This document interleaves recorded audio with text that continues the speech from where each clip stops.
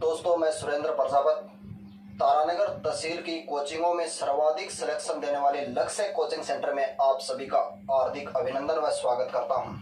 नमस्कार दोस्तों, अपन यहाँ पर ये लक्ष्य कोचिंग में अपन कह सकते हैं कि राजस्थान से संबंधित सभी भर्तियों की तैयारी करवाई जाती है, जैसे first grade, second grade, REET, पटवार, राजस्थान पुलिस, महिला सुपरवाइजर, एलडीसी, वन रक्षक, कृषि प्रवेशक, राजस्थान से संबंधित लगभग सभी भर्तियों की तैयारी करवाई जाती है। इसमें आप ज्वाइन करें और ये कोचिंग सेंटर अपन कह सकते हैं बिजली बोर्ड के पास सिनेमा हॉल में चलती है। दोस्तों, अपन जो आज यहाँ से चर्चा करेंगे यानी पढ़ेंगे राजस्थान का इतिहास। क्या पढ़ेंगे? राजस्थान का इतिहास। तो हेडिंग रहेगा अपना राजस्थान इतिहास। राजस्थान इतिहास परिचय। राजस्थान इतिहास का परिचय अपना टॉपिक है, राजस्थान इतिहास का परिचय। तो आप इसको समझिएगा। राजस्थान इतिहास का परिचय मैं आपको बताऊंगा। सबसे पहले दोस्तों, राजस्थान इतिहास की जानकारी हमें कैसे मिलती है उस चीज को अपन देखते हैं। राजस्थान इतिहास की जो जानकारी है वो बीती हुई घटनाओं यानी इतिहास के परिचय को कह सकते हैं बीती हुई घटनाओं के बारे में बताने वाले ग्रंथ या स्रोत। बीती हुई घटनाओं के बारे में जानकारी देने वाले ग्रंथ या स्रोत या अतीत घटनाओं के बारे में जानकारी देने वाले ग्रंथ या स्रोत से हमें क्या मिलती है? राजस्थान की जानकारी मिलती है। राजस्थान के परिचय की क्या मिलती है? जानकारी मिलती है। दोस्तों, यहां से बात करते हैं राजस्थान यानी इतिहास जो शब्द है वो संस्कृत भाषा के 3 शब्दों से मिलकर बना है। इतिहास शब्द संस्कृत भाषा के 3 शब्दों से मिलकर बना है। इति धन है धन आस। इति धन है धन आस से मिलकर बना हुआ है। तो इति का मतलब होता है ऐसा, है का मतलब वो है निश्चित रूप से, और आस का मतलब होता है था। यानी पूरे का शाब्दिक अर्थ अपन यदि देखेंगे तो दोस्तों मिलता है ऐसा निश्चित रूप से हुआ था। ऐसा निश्चित रूप से हुआ था। इतिहास का जो शाब्दिक अर्थ अपन ऐसा निश्चित रूप से हुआ था ये देख रहे हैं दोस्तों। इसी में देखते हैं जो इतिहास जो शब्द है ये अंग्रेजी भाषा का हिंदी रूपांतरण हिस्ट्री से लिया है। अंग्रेजी भाषा का हिंदी रूपांतरण है हिस्ट्री और हिस्ट्री का हिंदी रूपांतरण है इतिहास। हिस्ट्री का हिंदी रूपांतरण क्या है? इतिहास। जो हिस्ट्री दोस्तों शब्द है, हिस्ट्री शब्द हिस्टोरिया से लिया गया है जो ग्रीक भाषा का है और उसका मतलब होता है अनुसंधान करना। इसका मतलब क्या होता है? अनुसंधान करना। आइए मेरे साथ में पहले समझते हैं और उसके बाद में आगे की चर्चा करते हैं। दोस्तों, इतिहास का परिचय। सबसे पहले परिचय में आप ध्यान में रखेंगे कि बीती हुई घटनाओं के बारे में बताने वाले ग्रंथ या शास्त्र, यानी अपन कह सकते हैं बीती हुई घटना बताने वाले ग्रंथ या शास्त्र। शास्त्रों से हमें क्या मिलती है? जानकारी मिलती है। पहला सिर्फ अपन समझ रहे हैं, लिखवाऊंगा बाद में। हमें क्या मिलती है? जानकारी मिलती है। अब कह सकते हैं जो दोस्तों अपना जो शब्द है इतिहास, कौन सा शब्द है? इतिहास। इतिहास जो शब्द है ये कौन सी भाषा की, यानी ये भाषा मिली है संस्कृत। संस्कृत भाषा के 3 शब्दों से मिलकर बना है। कितने शब्दों से मिलकर बना है? 3 शब्दों से मिलकर बना है। तीनों शब्दों की अपन बात करेंगे। ये लो दोस्तों तीनों शब्द है। तीनों शब्दों की यदि अपन बात करेंगे, एक शब्द हो जाएगा इति, एक हो जाएगा इति धन है धन आस। इति धन है धन आस। तो अपन ये है की बात करें, है धन आस। इति का मतलब होता है दोस्तों ऐसा, है का मतलब होता है निश्चित रूप से, निश्चित रूप से, और आस का मतलब होता है था। तो अपन ये कह सकते हैं इस पूरे इतिहास का मतलब क्या हो गया? ऐसा निश्चित रूप से हुआ था। ऐसा निश्चित रूप से हुआ था। तो बीती हुई घटनाओं को बताने वाले ग्रंथ, शास्त्र, इनसे हमें इतिहास की जानकारी मिलती है। इतिहास शब्द संस्कृत भाषा के 3 शब्दों से लिया गया है। इति धन है धन आस, यानी लिख सकते हैं। और इति का मतलब ऐसा, है का मतलब निश्चित रूप से, आस का मतलब था। ऐसा, पूरे इतिहास का मतलब ऐसा निश्चित रूप से हुआ था। अब जो दोस्तों जो इतिहास जो अपना शब्द है, यानी कौन सा शब्द है? इतिहास। इतिहास शब्द को ध्यान में रखें। ये शब्द जो इतिहास है ये अंग्रेजी कौन सी भाषा से लिया गया है? अंग्रेजी भाषा का हिंदी रूपांतरण। अंग्रेजी भाषा का क्या है? हिंदी रूपांतरण। और हिंदी रूपांतरण अंग्रेजी का क्या होता है दोस्तों? हिस्ट्री। क्या होता है? हिस्ट्री। और यदि हिस्ट्री का हिंदी करें, हिस्ट्री का हिंदी रूपांतरण करें तो हिस्ट्री का हिंदी रूपांतरण क्या होता है? इतिहास। हिस्ट्री का हिंदी रूपांतरण क्या होता है दोस्तों? इतिहास होता है। तो ध्यान रहे दोस्तों, हिस्ट्री जो शब्द है ये हिस्टोरिया से लिया है। हिस्ट्री शब्द कहां से लिया है? हिस्टोरिया से लिया गया है। और ये हिस्टोरिया शब्द कौन सी भाषा का है दोस्तों? ग्रीक भाषा का है। कौन सी भाषा का है? ग्रीक भाषा का है। और हिस्टोरिया का मतलब होता है अनुसंधान करना, अनुसंधान करना। हिस्टोरिया का क्या मतलब होता है? अनुसंधान करना। ये दोस्तों यहां तक की बात आप एक बार फिर से रिपीट कर सकते हैं। जो इतिहास शब्द है, इतिहास शब्द कहां से, यानी अंग्रेजी भाषा का हिंदी रूपांतरण हिस्ट्री से, और हिस्ट्री का हिंदी रूपांतरण कहेंगे इतिहास है। और हिस्ट्री है ये हिस्टोरिया से लिया गया है, ये ग्रीक भाषा का शब्द है और इसका मतलब है अनुसंधान करना। मतलब क्या होता है? अनुसंधान करना। अब पहले इतनी बात को अपन सेट करेंगे, इतनी बात को अपन क्या करेंगे? लिखेंगे। मेरे साथ में कॉपी ले लीजिए और नोट कर दीजिए।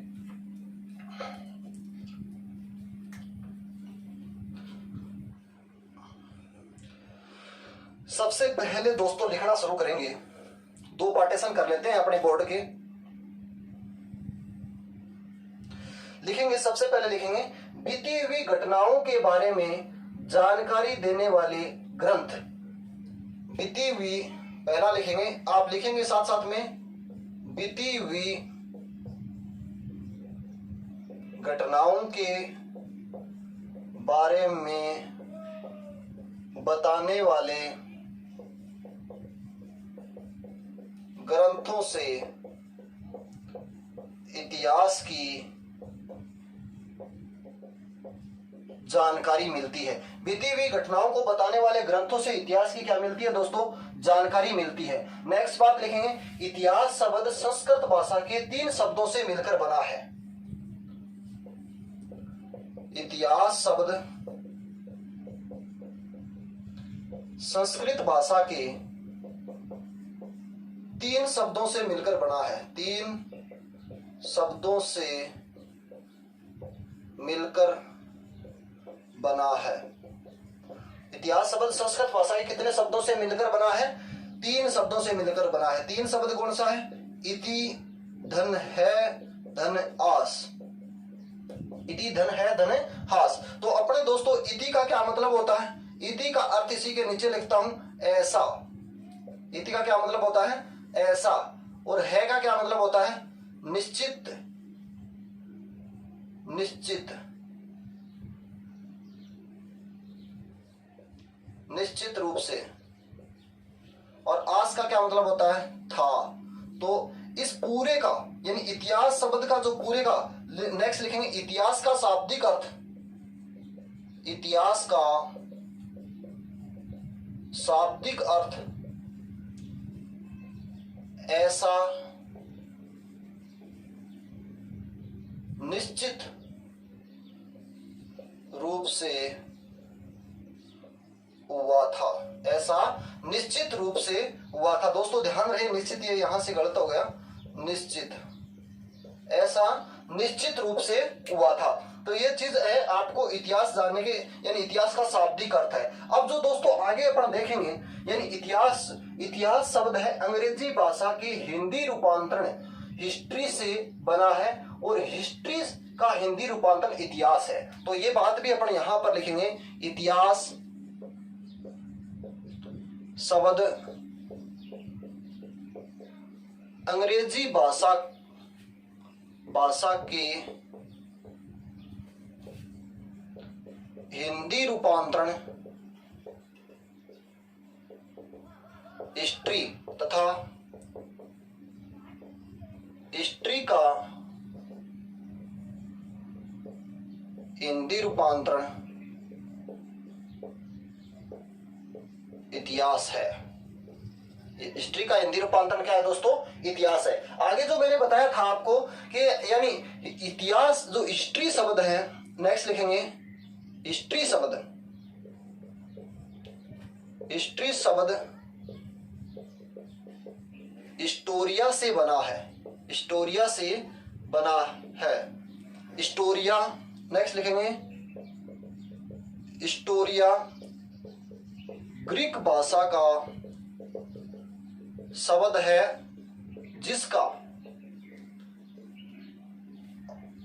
जिसका शाब्दिक अर्थ जिसका अर्थ या शाब्दिक अर्थ लिखेंगे दोस्तों, शाब्दिक अर्थ अनुसंधान करना होता है। तो दोस्तों ये चीज है, आपको ध्यान में रहे। इतिहास का परिचय पढ़ रहे हैं, इतिहास के परिचय में आप सभी का अभिनंदन। यानी इतिहास का, राजस्थान इतिहास का परिचय एक एक करके सारी चीज देखेंगे। यानी बीती हुई घटनाओं के बारे में बताने वाले ग्रंथ क्या कहलाते हैं? इतिहासों से जानकारी देते हैं और इतिहास का परिचय कहलाता है। इतिहास जो शब्द है ये संस्कृत भाषा के 3 शब्दों से मिलकर बना है। कितने शब्दों से मिलकर बना है?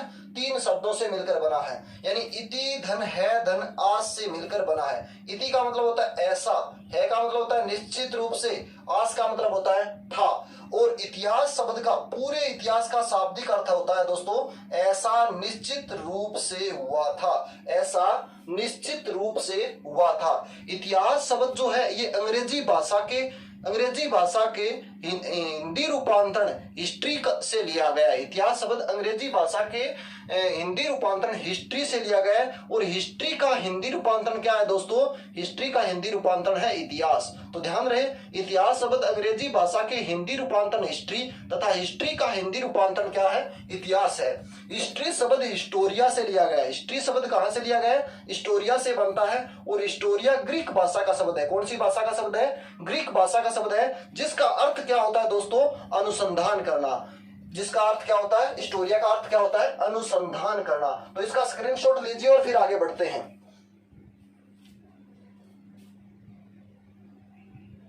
ले लिया हो दोस्तों स्क्रीनशॉट, आगे चलते हैं। आगे जो देखेंगे दोस्तों, इतिहास के पिता के बारे में देखेंगे। राजस्थान इतिहास का परिचय।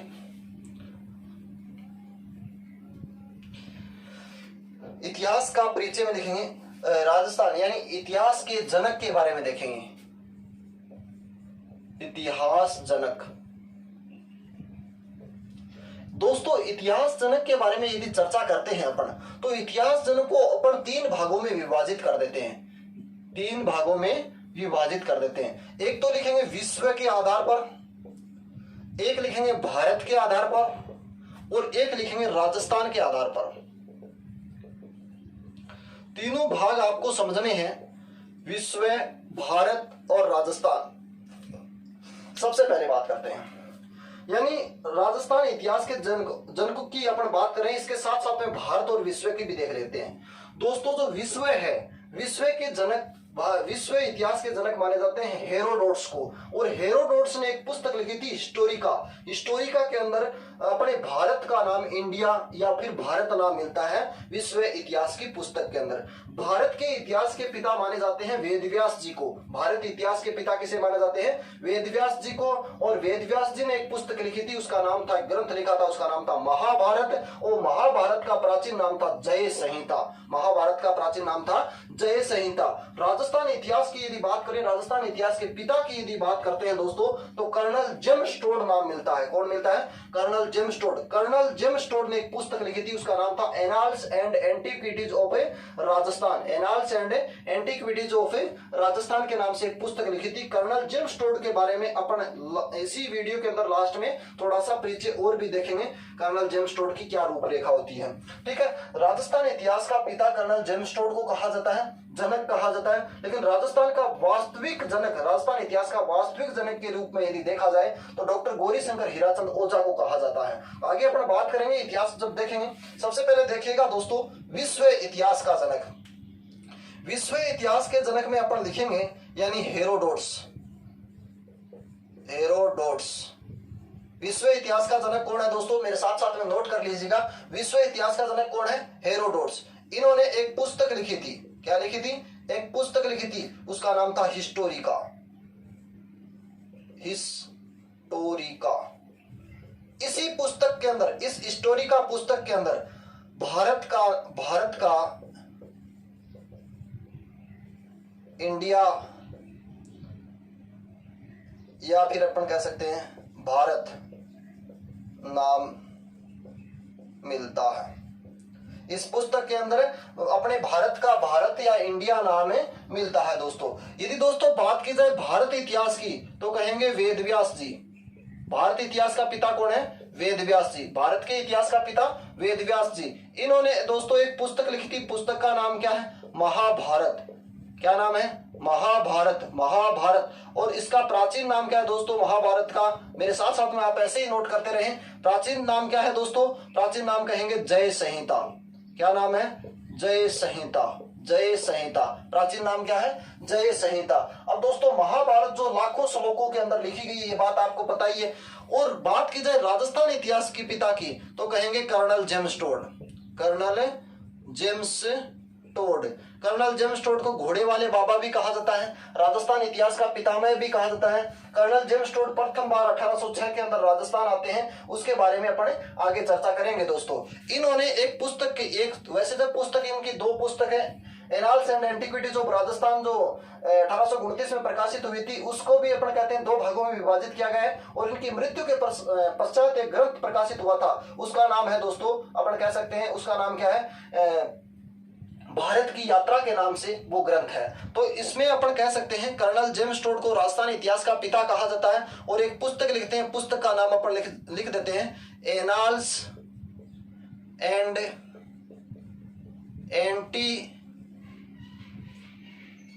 Annals and antiquities of Rajasthan.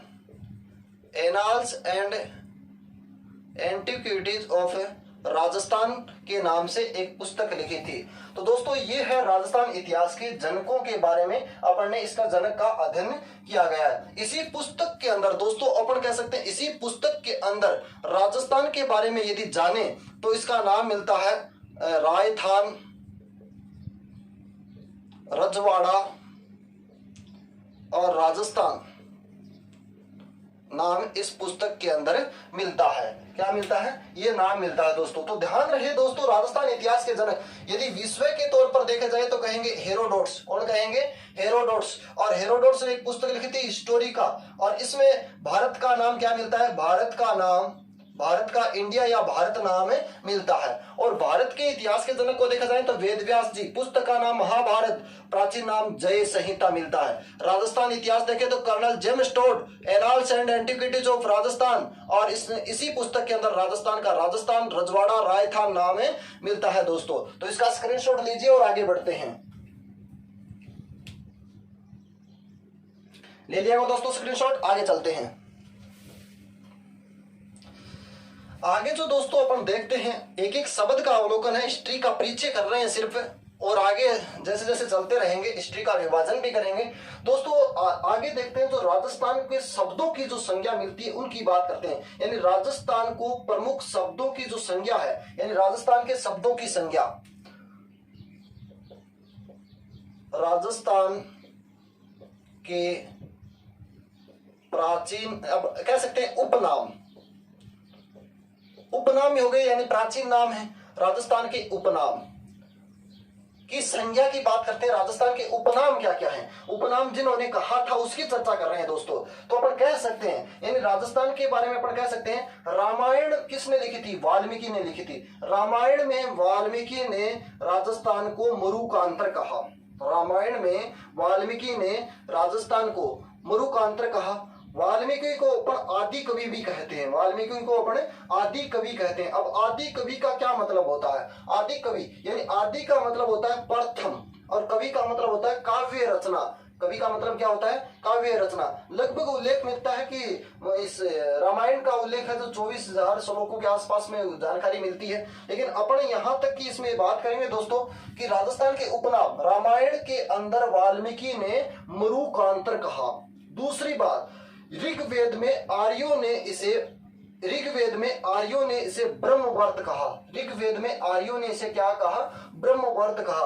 British काल या मध्य काल में अंग्रेजों ने इसे राजपुताना कहा। ब्रिटिश काल या मध्य काल में अंग्रेजों ने इसे क्या कहा? राजपुताना कहा। और कर्नल टोड जो अंग्रेजी था उसने क्या कहा था? रायथान। रायथान। और रजवाड़ा और राजस्थान भी कहा था, ऐसी जानकारी मिलती है। और एक अपन कह सकते हैं कि वीरभान का एक ग्रंथ है, वीरभान का एक ग्रंथ है 1731 में लिखा गया था।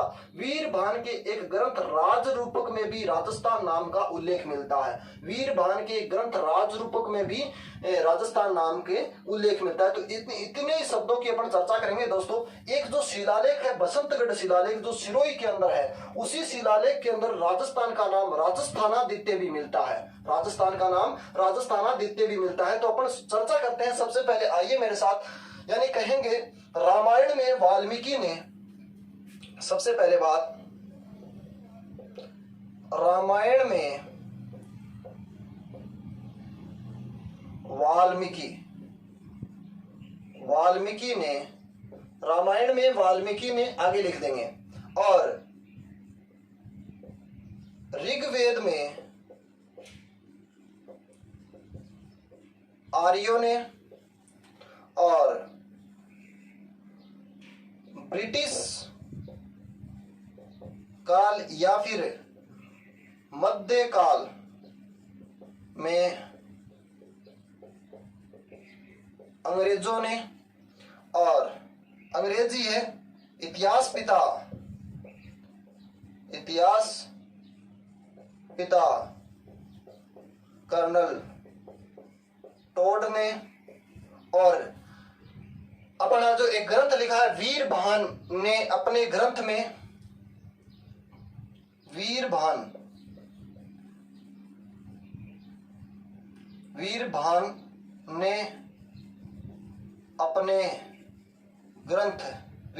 ने अपने ग्रंथ राजरूपक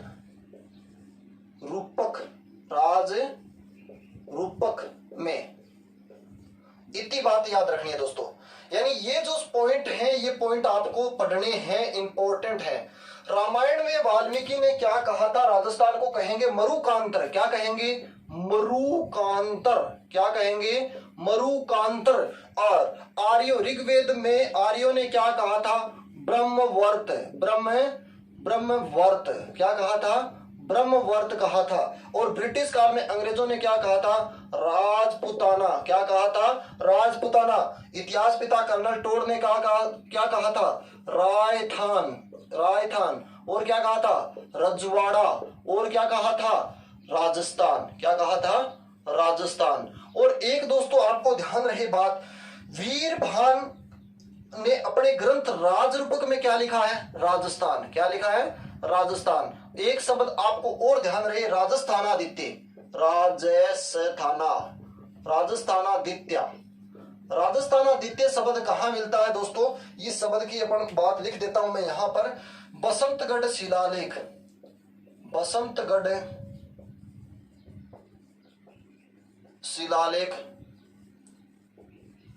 सिरोही के अनुसार, बसंतगढ़ शिलालेख सिरोही में क्या मिलता है? राजस्थानादित्य शब्द का उल्लेख मिलता है। तो ये रही बात दोस्तों आपके सामने। राजस्थान के उपनामों की यदि चर्चा करते हैं कि किसने क्या क्या कहे थे, तो आपको ध्यान रहे, रामायण में वाल्मीकि ने मरुकांतर, ऋग्वेद में आर्यों ने ब्रह्मवर्त, ब्रिटिश काल में मध्यकाल में अंग्रेजों ने राजपुताना, इतिहास पिता कर्नल टोड ने रायथान रजवाड़ा राजस्थान, वीरभान ने अपने ग्रंथ राजरूपक में राजस्थान, बसंतगढ़ शिलालेख सिरोही के अनुसार राजस्थानादित्य शब्द का उल्लेख मिलता है। तो दोस्तों इसका स्क्रीनशॉट लीजिए और आगे बढ़ते हैं। आगे चले दोस्तों, आगे जो चलेंगे अपने, अब हम थोड़ी सी बात करेंगे बसंतगढ़ शिलालेख की, उसके बाद में आगे बढ़ेंगे। यानी एक शिलालेख आया है बीच में, उसकी अपन थोड़ी सी चर्चा कर लेते हैं। बसंतगढ़ शिलालेख, ये दोस्तों बसंतगढ़ शिलालेख है, ये है कहां? आबू सिरोही। अपन कह सकते हैं बसंतगढ़ शिलालेख है कहां? बसंतगढ़ सिरोही में। कहां कहेंगे? बसंतगढ़ सिरोही में।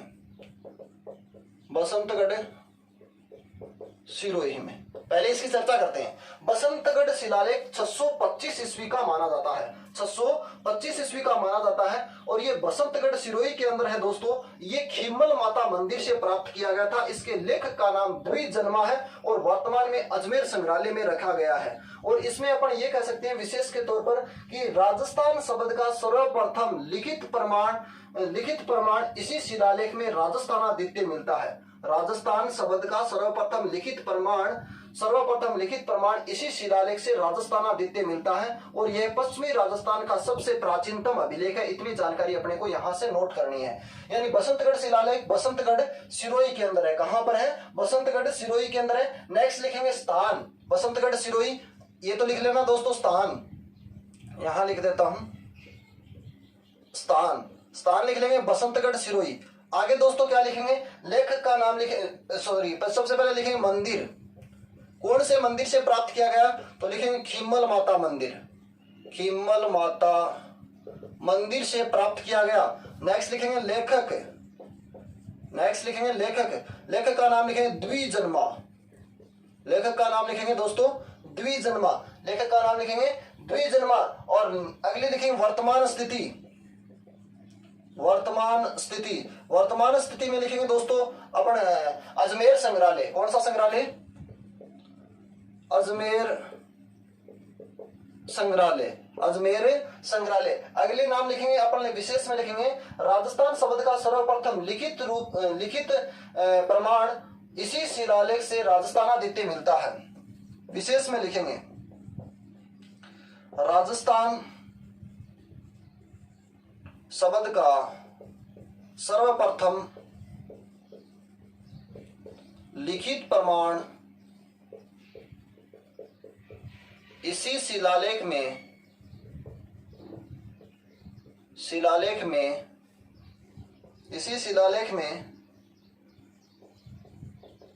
राजस्थानादित्य मिलता है।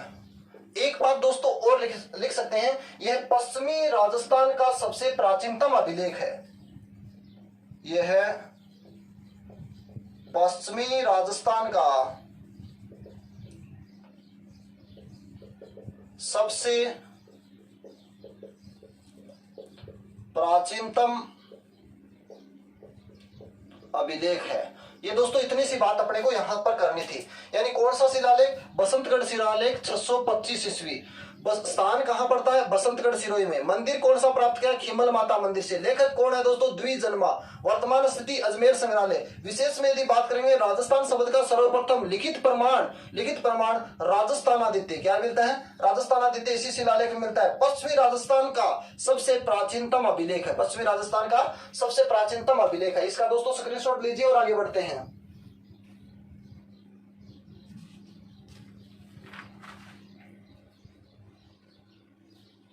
चलिए दोस्तों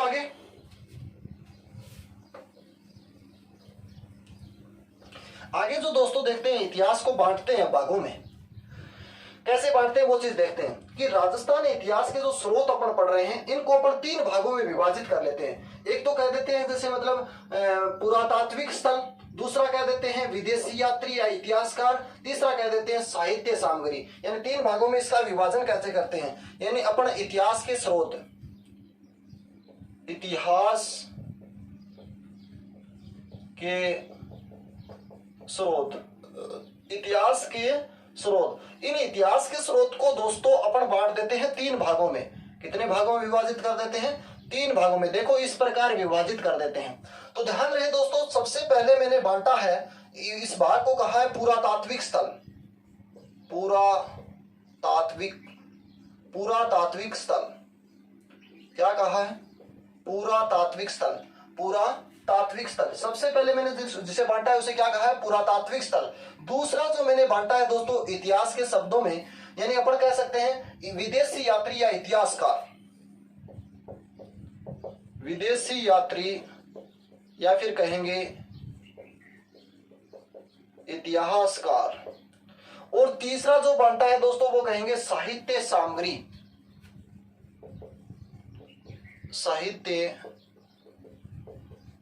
सामग्री। ये जो दोस्तों मैंने 3 भागों में इसको विभाजन किया है, इसको आप समझिएगा। इसको कैसे समझेंगे आप वो देखते हैं दोस्तों। इसको एक एक करके समझना पड़ेगा आपको। पहले इस 2 को समझ लेते हैं और बीच वाले को बाद में समझते हैं। आप देखते ध्यान रहते, यानी पुरातात्विक स्थल जो है इन्हें कहा जाता है, आप सभी को पता है, सभ्यता। क्या कहा जाता है? सभ्यता। इसके बाद में जो यहाँ पुरातात्विक स्थल से अपन जानकारी लेते हैं इतिहास की, तो अभिलेख किससे मिलती है? यानी अभिलेखों से मिलती है। अभिलेखों से क्या मिलती है? जानकारी मिलती है। इसके बाद में यदि कहें तो अपने को राजस्थान या सिक्कों से हमें क्या मिलती है? राजस्थान इतिहास की जानकारी मिलती है। इसके बाद में यदि देखें तो जनपदों से भी हमें क्या मिलती है? राजस्थान इतिहास की जानकारी मिलती है। यानी पुरातात्विक स्थल यानी सभ्यताओं से राजस्थान इतिहास की जानकारी मिलती है, अभिलेखों से राजस्थान इतिहास की जानकारी मिलती है, सिक्कों से राजस्थान इतिहास की जानकारी मिलती है और जनपदों से राजस्थान इतिहास की क्या मिलती है? जानकारी मिलती है। अभिलेखों के अध्ययन को एपिग्राफी, सिक्कों के अध्ययन को न्यूमिस्मेटिक्स कहा जाता है। और विदेशी यात्री या इतिहासकारों की यहां पर चर्चा करेंगे दोस्तों, तो अपन कह सकते हैं कवि बांकीदास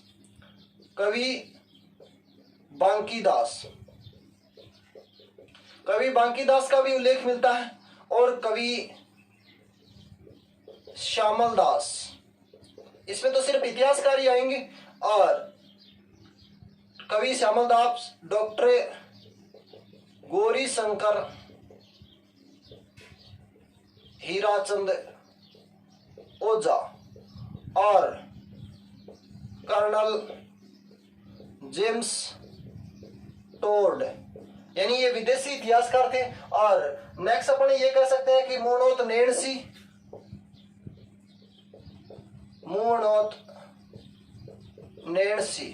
और अपन क्या कह सकते हैं दोस्तों? सूर्यमल मिश्रण। इन कवियों के द्वारा हमें क्या मिलती है? इतिहासकारों के द्वारा हमें क्या मिलती है? राजस्थान इतिहास की जानकारी मिलती है। यानी बांकीदास के अनुसार राजस्थान इतिहास की जानकारी मिलती है, श्यामल दास के ग्रंथों में राजस्थान इतिहास की जानकारी मिलती है, डॉक्टर गौरीशंकर हीराचंद के ओझा के ग्रंथों में राजस्थान इतिहास की जानकारी मिलती है, कर्नल जेम्स टोड के ग्रंथों में राजस्थान इतिहास की जानकारी मिलती है, मूर्णोत नेणसी के ग्रंथों में राजस्थान इतिहास की जानकारी मिलती है, सूर्यमल मिश्रण के ग्रंथों में राजस्थान इतिहास की क्या मिलती है? जानकारी मिलती है। तो साहित्यिक ग्रंथ क्या है दोस्तों? साहित्यिक ग्रंथ के बारे में इसको 2 भागों में बांटते हैं। एक तो कहते हैं धार्मिक, एक कहते हैं धर्मोत्तर। इसको कितने भागों में विभाजित करते हैं? इसको 2 भागों में विभाजित कर देते हैं। एक तो कह देते हैं दोस्तों धार्मिक, और एक कह देते हैं दोस्तों अपन कहते हैं धार्मिक, एक कहते हैं धर्मोत्तर। अब दोस्तों ध्यान रहे, धार्मिक जो भी स्थिति है इसमें बौद्ध धर्म, जैन धर्म की जानकारी मिलती है। यानी इसमें क्या मिलती है दोस्तों? जानकारी। इसमें कहते हैं बौद्ध धर्म के बारे में जानकारी मिलती है। किसके बारे में? बौद्ध धर्म के बारे में। और किसके बारे में? जैन धर्म के बारे में भी इसमें क्या मिलती है? जानकारी मिलती है। अब धर्मोत्तर क्या होता है? धर्मोत्तर में अपन ये कह सकते हैं जैसे कौटिल्य का अर्थशास्त्र की जानकारी, जैसे अपन लिख सकते हैं कौटिल्य का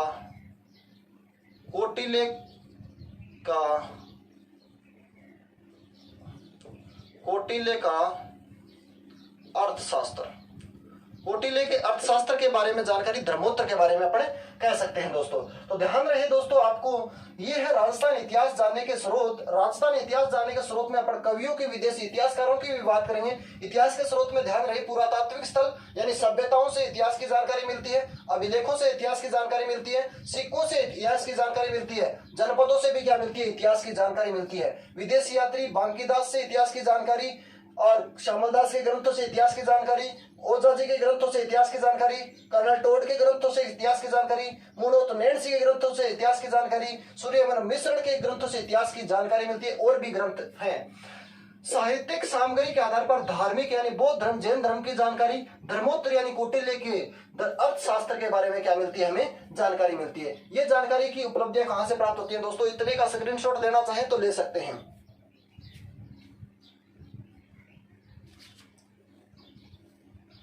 चलिए दोस्तों आगे चलते हैं। अब इतिहासकारों की थोड़ी थोड़ी चर्चा कर लेते हैं बीच में। बाकी अपन जब इतिहासकार पढ़ाएंगे तब चर्चा करेंगे।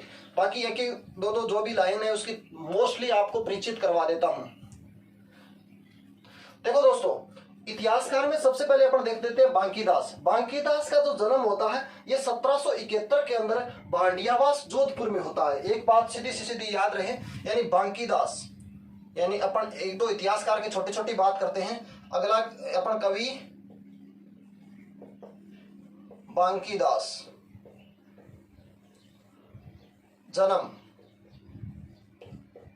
1771 में, भांडियावास जोधपुर। भांडियावास जोधपुर। भांडियावास कहां पर होता है? जोधपुर में इसका जन्म होता है। इसमें दोस्तों ध्यान रहे, डिंगल भाषा का सर्वप्रथम प्रयोग इसी ने किया था। डिंगल भाषा का सर्वप्रथम प्रयोग इसी ने किया था। कुकवी बत्तीसी में इन्होंने डिंगल भाषा का सर्वप्रथम प्रयोग किया था। कुकवी 32 के अंदर इन्होंने डिंगल भाषा का सर्वप्रथम प्रयोग किया था। तो ये बात लिख सकते हैं, इन्होंने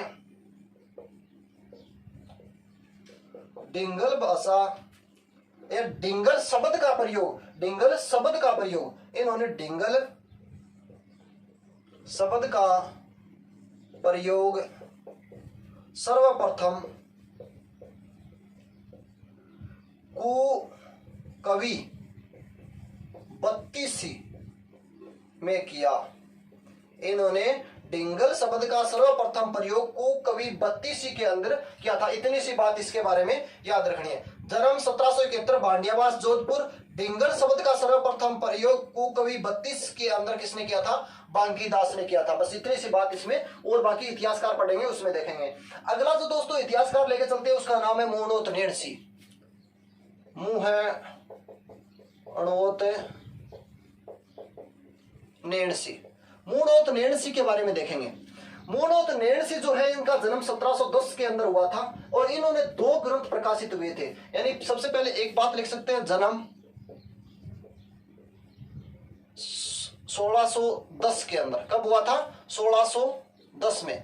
इनका मुहणोत नेणसी का जन्म है वो 1610 में हुआ है। और इनके ग्रंथों को 2 भाग दे देते हैं। यानी एक तो मुहणोत नेणसी ख्यात, मुहणोत नेणसी ख्यात, एक लिखेंगे मुहणोत नेणसी ख्यात, एक लिखेंगे गांवारी ख्यात, गांवारी ख्यात। एक तो है मुहणोत नेणसी ख्यात और एक क्या है दोस्तों? गांवारी ख्यात है। मुहणोत नेणसी ख्यात जो है दोस्तों, मुहणोत नेणसी ख्यात को कहते हैं राजस्थान का कोश। तो लिख लेंगे इसे राजस्थान का कोश कहते हैं या कहा जाता है, ठीक है। और गांवारी ख्यात जो दोस्तों है, इसे कहते हैं, इसका एक उपनाम भी अपने को मिलता है। उपनाम भी क्या मिलता है अपने इसे? गांवारी ख्यात को मारवाड़ी, परगनारी विगत। और इसे कहा जाता है दोस्तों, इसे राजस्थान का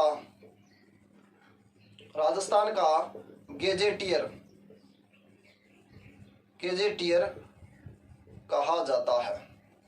तो दोस्तों मुहणोत नेणसी के बारे में 2 चीज ध्यान में रखें कि मुहणोत नेणसी जो है, इनका जन्म 1610 ईस्वी में हुआ था और इनके जो प्रसिद्ध ग्रंथ हैं, यानी ग्रंथों को 2 भाग, मुहणोत नेणसी ख्यात और गांवारी ख्यात या मारवाड़ परगनारी विगित। और गांवारी मुहणोत नेणसी ख्यात को राजस्थान का क्या कहते हैं? कोश कहते हैं। और गांवारी ख्यात को राजस्थान का क्या कहते हैं? गेजेटियर कहते हैं। ये बात 2 चीज आपको याद रखनी है। इसका स्क्रीनशॉट लीजिए और आगे बढ़ते हैं। अगली जो दोस्तों बात ध्यान में रहे, ले लिया वो स्क्रीनशॉट। अगली बात करते हैं डॉक्टर गौरीशंकर हीराचंद ओझा के बारे में। ध्यान रहे, डॉक्टर गौरीशंकर हीराचंद ओझा, इसे राजस्थान इतिहास का वास्तविक पिता कहा जाता है। दोस्तों अब अपन बात करते हैं डॉक्टर गौरीशंकर हीराचंद ओझा। किसके बारे में? डॉक्टर गौरीशंकर हीराचंद ओझा। डॉक्टर गौरीशंकर हीराचंद ओझा के बारे में बात करते हैं। सबसे पहले दोस्तों बात करें डॉक्टर गौरीशंकर हीराचंद ओझा के बारे में। इनका जन्म 1782 के अंदर सिरोही के रोहिड़ा ग्राम में हुआ था। इनका जन्म 1782 के अंदर सिरोही के रोहिड़ा ग्राम में हुआ था और इन्होंने एक पुस्तक लिखी थी। उस पुस्तक का बड़ा ही प्रसिद्ध नाम है भारतीय प्राचीन लिपि माला। भारतीय प्राचीन लिपि माला, इस पुस्तक के अंदर भारतीय अभिलेखों के अध्ययन के लिए प्रथम प्रमाणिक पुस्तक मानी जाती है। भारतीय अभिलेखों के अध्ययन की प्रथम प्रमाणिक पुस्तक, भारतीय अभिलेखों की प्रथम प्रमाणिक पुस्तक का नाम यदि देखें तो भारतीय प्राचीन लिपि माला, जो डॉक्टर गौरीशंकर हीराचंद ओझा ने लिखी थी। इस पुस्तक का प्रकाश, ये पुस्तक 1894 में प्रकाशित हुई थी और इस पुस्तक का संशोधन 1918 में किया गया था। और कर्नल टोड के राजस्थान इतिहास का हिंदी में रूपांतरण भी किसने किया था? डॉक्टर गौरीशंकर हीराचंद ओझा ने किया था। डॉक्टर गौरीशंकर हीराचंद ओझा अपना गुरु कवि राजा श्यामल दास को मानते हैं और डॉक्टर गौरीशंकर हीराचंद ओझा ने कर्नल टोड के अंग्रेजी भाषा में राजस्थान इतिहास लिखा था, उसका हिंदी में रूपांतरण किया था। कहा जाता है कि कर्नल टोड जो थे, कर्नल टोड का जो हिंदी में रूपांतरण करते हैं, कर्नल टोड को इतिहास का पिता कहा जाता है, जनक कहा जाता है, जबकि राजस्थान इतिहास का वास्तविक जनक यदि देखा जाए तो डॉक्टर गौरीशंकर हीराचंद ओझा को कहा जाता है। दोस्तों तो आइए अभी मेरे साथ में चर्चा करते हैं। सबसे पहले बात करते हैं इनके जन्म की। क्या बात करते हैं? जन्म 1782 में हुआ था। कहां पर? सिरोही के रोहिड़ा ग्राम में। सिरोही के रोहिड़ा ग्राम में, एक बात। दूसरी बात में कहते हैं इनकी पुस्तक या ग्रंथ भारतीय प्राचीन लिपि माला। अब ये पुस्तक, इसी पुस्तक जो प्रकाशित कब हुई थी? प्रकाशित 1894 में, संशोधित 1918 में। लिखेंगे प्रकाशित 1894 में और संशोधित 1918 में। ठीक बात है। इस पुस्तक में किसकी जानकारी मिलती है? भारतीय अभिलेखों की प्रथम प्रमाणिक पुस्तक है ये। नेक्स्ट यहीं से लिखेंगे भारतीय अभिलेखों की प्रथम प्रमाणिक पुस्तक। एक बात और लिखेंगे दोस्तों, पुस्तक, भारतीय अभिलेखों की प्रथम प्रमाणिक पुस्तक। एक बात इसमें और लिखेंगे, राजस्थान, कर्नल टोड के राजस्थान इतिहास का हिंदी में रूपांतरण, कर्नल टोड द्वारा लिखित राजस्थान इतिहास का हिंदी में रूपांतरण किया। तो ये बात भी आपको ध्यान रहे दोस्तों। डॉक्टर गौरीशंकर हीराचंद ओझा पढ़ रहे हैं, जन्म 1782 सिरोही के रोहिड़ा ग्राम में। सिर्फ बेसिक जान रहे हैं, बाकी इतिहासकार में देखेंगे। इसने एक पुस्तक लिखी थी भारतीय प्राचीन लिपि माला, प्रकाशित हुई थी 1894 में, संशोधन हुआ था 1918 में। भारतीय अभिलेखों की प्रथम प्रमाणिक पुस्तक भारतीय प्राचीन लिपि माला, कर्नल टोड द्वारा लिखित राजस्थान इतिहास को हिंदी में किसने लिखा था? डॉक्टर गौरीशंकर हीराचंद ओझा ने। इससे पहले प्रयास कर चुके हैं डॉक्टर बिसल देव के बारे में उल्लेख, बलदेव या बिसल देव के बारे में उल्लेख मिलता है, वो आगे अपन कर्नल टोड के बारे में और जानेंगे तब देखेंगे। अब जो दोस्तों अपन बात करते हैं कर्नल टोड के बारे में। अब अगला इतिहासकार इसका स्क्रीनशॉट लेना चाहे तो ले सकते हैं, आगे बात करते हैं।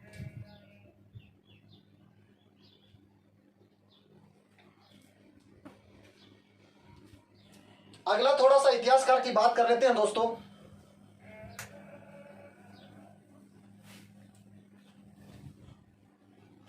अगला जो दोस्तों बात करेंगे, अपन बात करेंगे कर्नल टोड के बारे में। किसके बारे में बात करेंगे? Colonel toad. कर्नल टोड का वैसे पूरा अपन नहीं बायोडाटा देखेंगे, लेकिन कुछ कुछ देखेंगे। कर्नल टोड, इतिहासकार आया था कर्नल टोड। कर्नल टोड के बारे में अपन जानते हैं। कर्नल टोड जो इतिहासकार आता है दोस्तों, कर्नल टोड के बारे में कहा जाता है कि कर्नल टोड का जो जन्म है ये हुआ था कर्नल टोड का जो जन्म है दोस्तों, ये 20 मार्च 1782 को इंग्लैंड के अंदर हुआ था। 20 मार्च 1782 के अंदर कहा हुआ था? इंग्लैंड के स्कॉटलैंड इंग्लैंड क्षेत्र में कर्नल टोड का जन्म होता है। और कर्नल टोड यहाँ पर 1798 के अंदर 17 वर्ष की उम्र में ईस्ट इंडिया कंपनी में भर्ती हो जाते हैं। और कहते हैं कि 1798 में भर्ती होने के बाद ये भारत आते हैं। भारत आकर 1801 में दिल्ली के पास एक पुरानी नहर की पैमाइश करते हैं। पैमाइश करने के बाद में जानकारी मिलती है कि 1805 में दौलतराम सिंधिया के दरबार में ये सैनिक टुकड़ी के रूप में इकट्ठे हो जाते, वहां पर शामिल हो जाते हैं। 1806 के अंदर ये सबसे पहले मेवाड़ में उदयपुर आते हैं और उसके बाद में उल्लेख मिलता है कि कर्नल टोड 1817 तक दौलतराम सिंधिया के दरबार में रहते हैं। वहां से जानकारी ये मिलती है। 1817 के अंदर ईस्ट इंडिया कंपनी ने इसे अपना अंग्रेजी पीए बनाकर यानी पॉलिटिकल एजेंट बनाकर मेवाड़ भेजा था। 1817 से लेकर 1822 तक इन्होंने मेवाड़ में रहते हुए राजस्थान इतिहास की जानकारी लिखी थी और कहते हैं कि इसीलिए इसे राजस्थान इतिहास का पिता कहा जाता है। कर्नल जेम्स टोड 1822 के अंदर यहां से वापस जा रहे थे। कर्नल टोड के कहने पर मेवाड़ के महाराणा भीम सिंह ने 1818 में अंग्रेजों से संधि कर ली थी और उसने यानी भीम सिंह ने खुश होकर बोरासवाड़ा जो गांव पड़ता है अजमेर के अंदर, वहां पर टोडगढ़ कस्बा बसाया था। ऐसी जानकारी भी मिलती है दोस्तों। यहीं से यही जानकारी मिलती है कि 1822 के अंदर कर्नल टोड वापस स्वास्थ्य के आधार पर त्याग पत्र देकर अपने गांव जा रहे थे।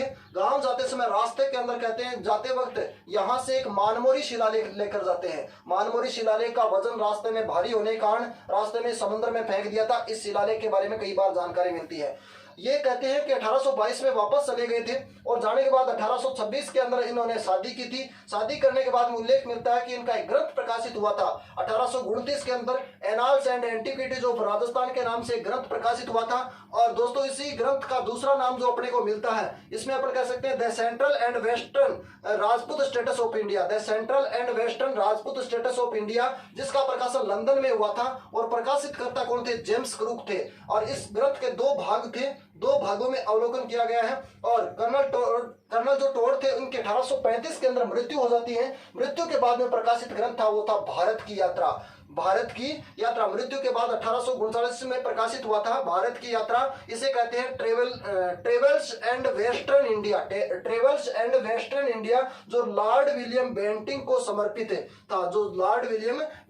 समर्पित था। ऐसी जानकारी भी हमें यहाँ से मिलती है। कर्नल टोड के बारे में और भी जानकारी काफी सारी मिलती है, लेकिन कर्नल टोड तक की अपन जानकारी यहाँ से प्राप्त कर लेते हैं। दोस्तों पहले इतनी सी बात करते हैं कर्नल टोड की। यदि दोस्तों बात करें तो इसके जन्म की देखते हैं, यानी जन्म कहाँ कब हुआ था, यानी कह सकते हैं 20 मार्च 1782। यानी कब हुआ था?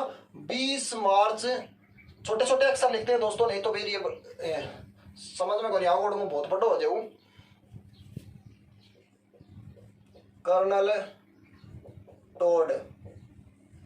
कर्नल टोड का सबसे पहले दोस्तों जन्म में लिखेंगे 20 मार्च 1782।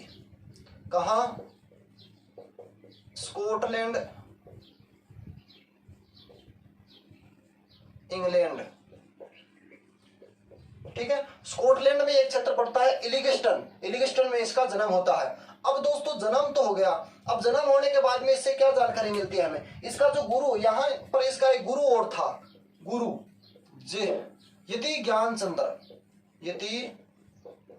ज्ञानचंद्र। इसके गुरु कौन था? यति ज्ञानचंद्र था कर्नल टोड का गुरु। वैसे तो अपन इतिहास पढ़ेंगे उसमें जानकारी पूरी लेंगे, लेकिन यहाँ पर थोड़ी सी बेसिक जानकारी लेते हैं। गुरु कौन था? यति ज्ञानचंद्र। अब इसकी बात करते हैं 1822 में इंग्लैंड वापस जाते समय मानमोरी शिलालेख को इन्होंने समुद्र में फेंक दिया था। 1822 में वापस इंग्लैंड जाते समय मानमोरी, जिसे शंकर घटा भी कहते हैं, मानमोरी शिलालेख को समुद्र में फेंक दिया।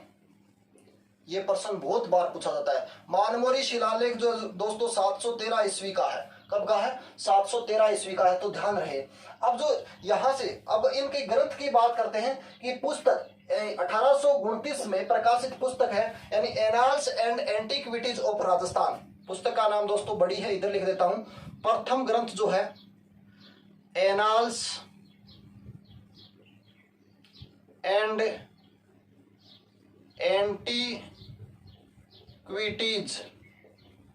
Of Rajasthan, annals and antiquities of a Rajasthan कब प्रकाशित हुई थी? 1829 में। कब प्रकाशित हुई थी? 1829 में प्रकाशित हुई थी। इसी को कहा जाता है, इसी पुस्तक का नाम मिलता है दोस्तों अपने को the central and western Rajput status of India. The central and western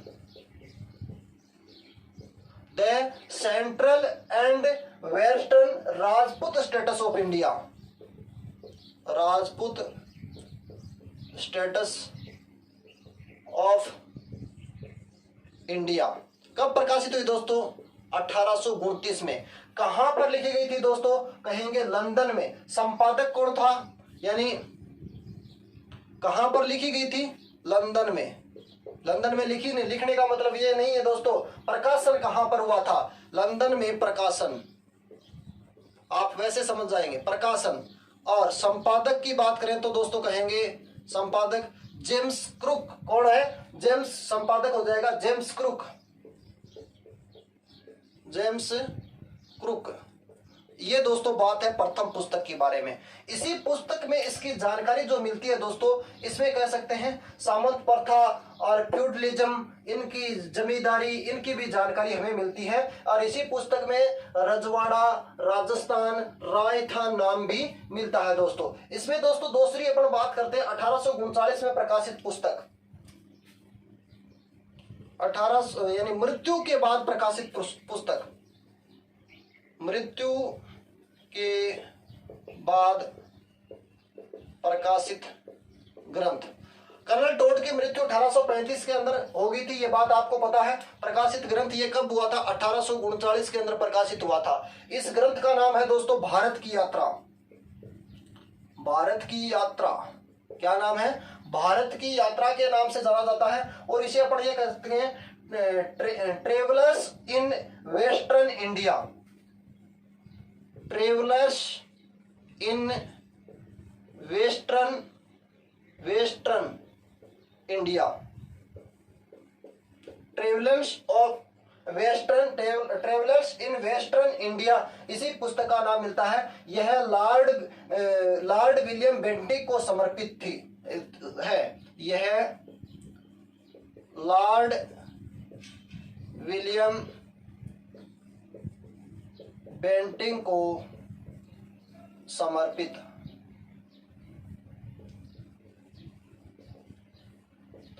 दोस्तों ये थोड़े से नाम है, थोड़े से अटपटे हैं और बड़े याद करने में थोड़ी सी दिक्कत होती है, तो इनको बार बार प्रैक्टिस करने पर याद होगा। कर्नल टोड का जन्म 20 मार्च 1782 स्कॉटलैंड इंग्लैंड में। और ये कहते हैं गुरु का नाम यति ज्ञानचंद्र। 1822 में वापस जा रहे थे तो एक मानमोरी शिलालेख यहाँ से ले जा रहे थे, उसको कहाँ फेंक दिया था दोस्तों? समुद्र में फेंक दिया था। Annals and antiquities of Rajasthan, the central and western Rajput status of India 1829 में प्रकाशित। इसका प्रकाशन लंदन में हुआ था। संपादक जेम्स क्रुक है।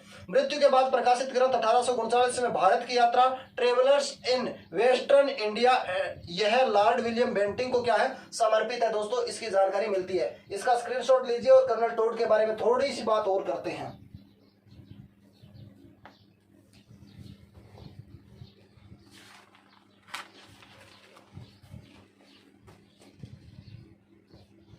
चलिए दोस्तों आगे देखते हैं।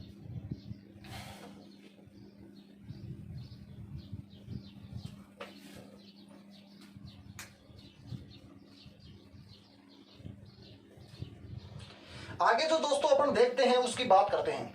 यानी कर्नल जो टोड है, कर्नल टोड ने कुछ संज्ञाएं दी थी, उस संज्ञाओं की अपन बात करते हैं। वैसे तो अपन यदि इसकी बात करें तो जो कर्नल जेम्स टोड को इतिहास का पिता कहा जाता है। क्या कहा जाता है? इतिहास पिता कहा जाता है।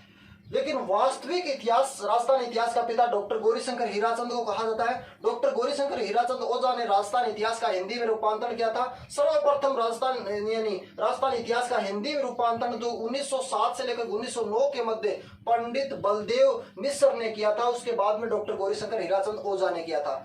इसने कर्नल टोड ने कुछ मतलब अलग अलग जो संज्ञा दी है, उन संज्ञाओं की अपन बात करते हैं। बाकी उसका अपन विवरण बाद में देखेंगे। आगे जो नेक्स्ट वीडियो में अपलोड करेंगे। यानी गुरु सिक्कर को एक एक नाम लिखेंगे। गुरु शिखर को, गुरु शिखर को, नाम देखते रहना, गुरु शिखर को, सीधे सीधे लिखता हूं।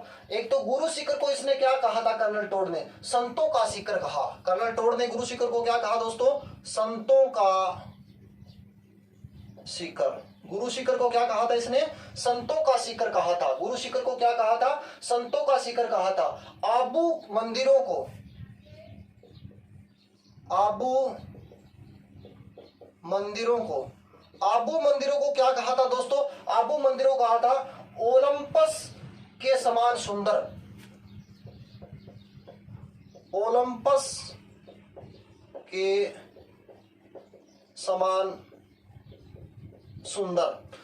दोस्तों आबू मंदिर के बाद में कहते हैं दिवेर के युद्ध को क्या कहा था, दिवेर युद्ध को, दिवेर युद्ध को दोस्तों क्या कहा था, मेवाड़ का मैराथन, मेवाड़ का मैराथन। और दोस्तों दिवेर के युद्ध के बाद में अपन बात कर लेते हैं हल्दी घाटी युद्ध को, हल्दी घाटी युद्ध को। हल्दी घाटी युद्ध की बात करते हैं तो दोस्तों क्या कहा था, कहेंगे मेवाड़ की थर्मोपली, मेवाड़ की थर्मोपली। दोस्तों इसी की बात करते हैं अपन हल्दी घाटी युद्ध के बारे में। यदि आगे बात करें तो विजय स्तंभ को, विजय स्तंभ को इसने क्या कहा था, एक तो कहा था दोस्तों विक्ट्री टावर, विक्ट्री टावर। एक क्या कहा था, कुतुब मीनार से भी उत्तम, कुतुब मीनार से भी उत्तम। किसने कहा था, कर्नल टोड ने कहा था।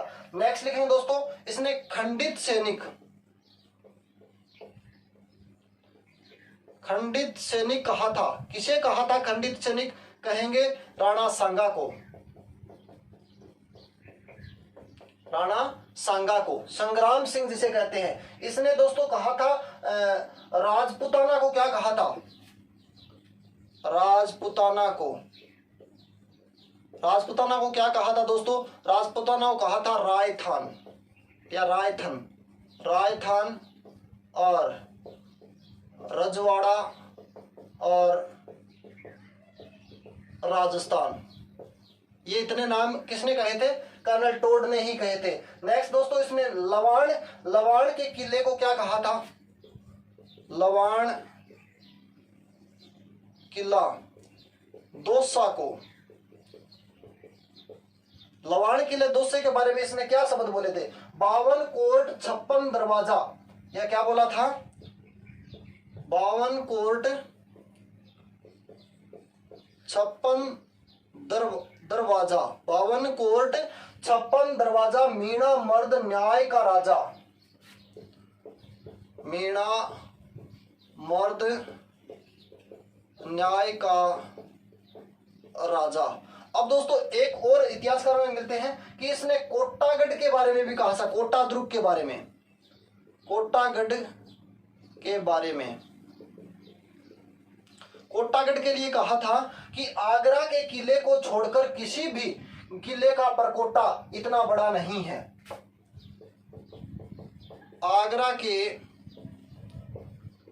किले को छोड़कर किसी भी किले का परकोटा इतना बड़ा नहीं है। ये दोस्तों बात है। तो एक बार फिर से इसका रिपीट कर लेते हैं, बाकी नेक्स्ट वीडियो क्लास में अपने देखेंगे इसकी बात। यानी कर्नल टोड की अपन बात करते हैं, इन्होंने किसकी बात करते हैं, कर्नल टोड की। ये सारी बातें दोस्तों कर्नल टोड की है, कर्नल टोड के द्वारा दी गई संज्ञाओं की बात कर रहे हैं। तो गुरु शिखर को क्या कहा था? संतों का शिखर। आबू के मंदिरों को ओलंपस के समान सुंदर, दिवेर के युद्ध को मेवाड़ का मेरांथन, हल्दी घाटी युद्ध को मेवाड़ की थर्मोपली, विजय स्तंभ को विक्ट्री टावर, कुतुब मीनार से भी उत्तम, खंडित सैनिक राणा सांगा, राजपुताना को रायथान रजवाड़ा राजस्थान, लवाण किला दौसा को 52 कोट 56 दरवाजा, मीणा मर्द न्याय का राजा, और कोटा के बारे में कहा था आगरा के किले को छोड़कर किसी भी किले का परकोटा इतना बड़ा नहीं है। नमस्कार दोस्तों, ये आपका सभी का अभिनंदन और स्वागत है। यदि क्लास पसंद आ रही है तो ज्यादा से ज्यादा शेयर करें और आओ जुड़े हमसे, और इसका स्क्रीनशॉट लीजिए और आगे बढ़ते हैं।